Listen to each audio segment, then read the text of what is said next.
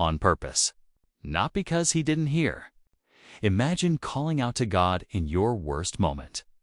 And instead of showing up immediately, he waits long enough for hope to die. They weren't strangers to Jesus.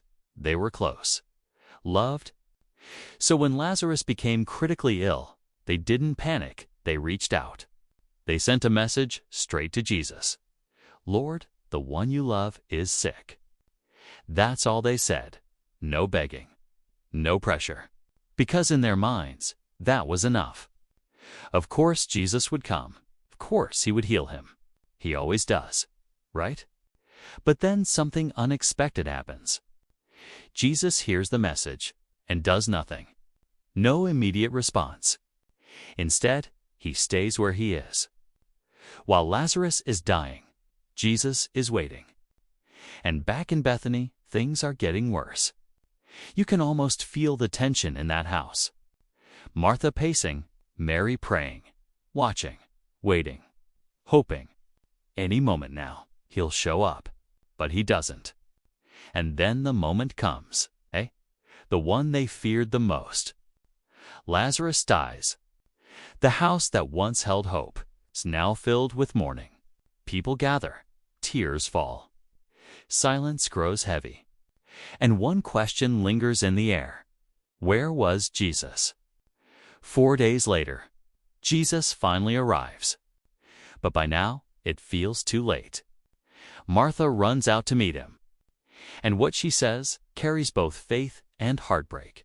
Lord, if you had been here, my brother would not have died. She still believes in him, but she's struggling to understand him. Mary says the same thing, same words, same pain. If you had been here? And in that moment, Jesus doesn't correct them. He doesn't explain. He feels it. He sees their grief, their disappointment, their confusion. And the shortest, most powerful verse in Scripture happens. Jesus wept.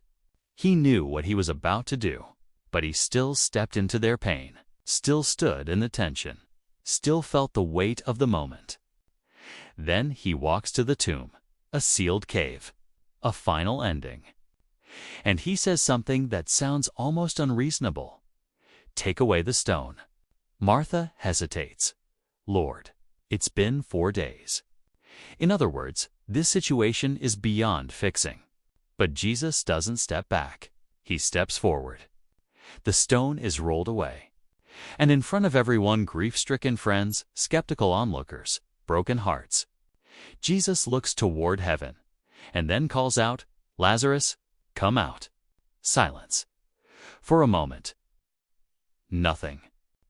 Then suddenly movement. From inside the tomb, a figure emerges, still wrapped in burial cloth, alive.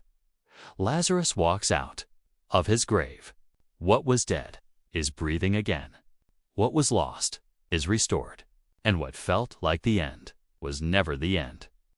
Jesus didn't arrive late. He arrived on purpose. Because healing sickness would have been powerful. But raising the dead, that revealed something greater. Sometimes God doesn't prevent the problem because he's planning a bigger revelation.